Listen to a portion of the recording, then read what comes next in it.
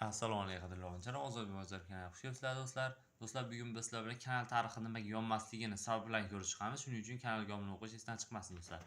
Men birinchi o'rinda o'zimning kanalimni ko'rsatib o'tib ketaman. Sizlar ham tushunib olishlaring uchun bu qayerda bo'ladi, kanal tarixini qayerdan ko'rsak bo'ladi deganlar uchun ko'rsatib o'taman. Buning uchun YouTube Studio saytiga kirasizlar. Mana shu birinchidagi sayt.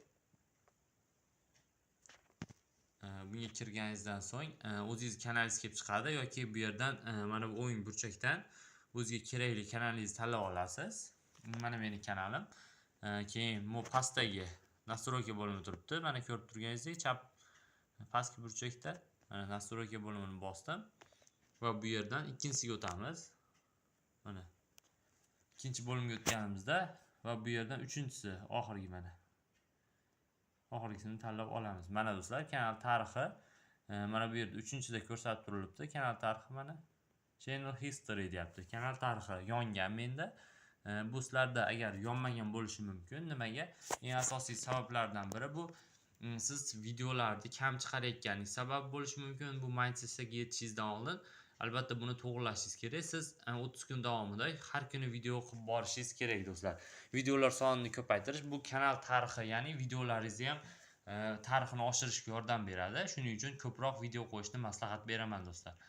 Va ikkinchisi, mana bu yerda nomerni ham har doim tasdiqlab qo'yinglar. Ko'pchilikda bu ham tasdiqlanmagan bo'ladi. Mana verifikatsiya fon nomer deyapti.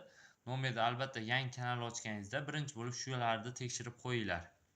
Albatta настройка bo'limiga kirasiz va shu yerdagi nomer tasdiqlab qo'yasiz va ko'proq video qo'yishni boshlaganingizdan so'ng mana bunday kanal tarixi yonadi do'stlar. Eng asosiy sababi shu. Siz kontentni albatta bu kanal aktivi tushgan sari ham kanal tarixi o'chib qolishi mumkin. Nimagaki sizdagi aktiv pastlab boryapti, chunki videolar sifatsiz chiqishi oqibatida yoki siz YouTube'da jalba tushgan bo'lishi mumkin. Aktivingiz pasaygan sari kanal tarixi o'chib qolish ehtimoli ham yuqori bo'ladi do'stlar, yongan taqdirda agar.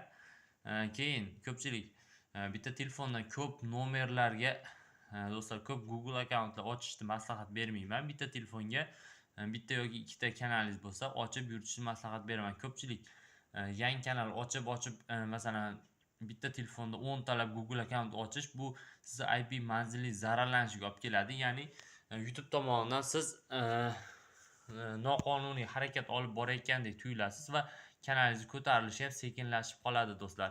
Bu holat o'zimda kuzatildi. Ko'pchilikka Amerika kanali ochib berish xizmatimiz mavjud, bilasizlar. Shu xizmatdan foydalanib ko'pchilik Google akkaunt ochib berdik.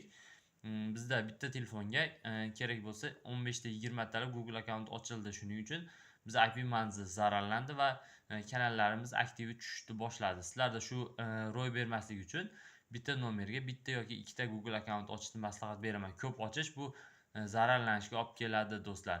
Shuning uchun kontent qilmoqchi bo'lsangiz albatta bitta yoki ikkita kanalingiz yetadi do'stlar. Undan ko'p kanallar oshiqchalik qilishi mumkin.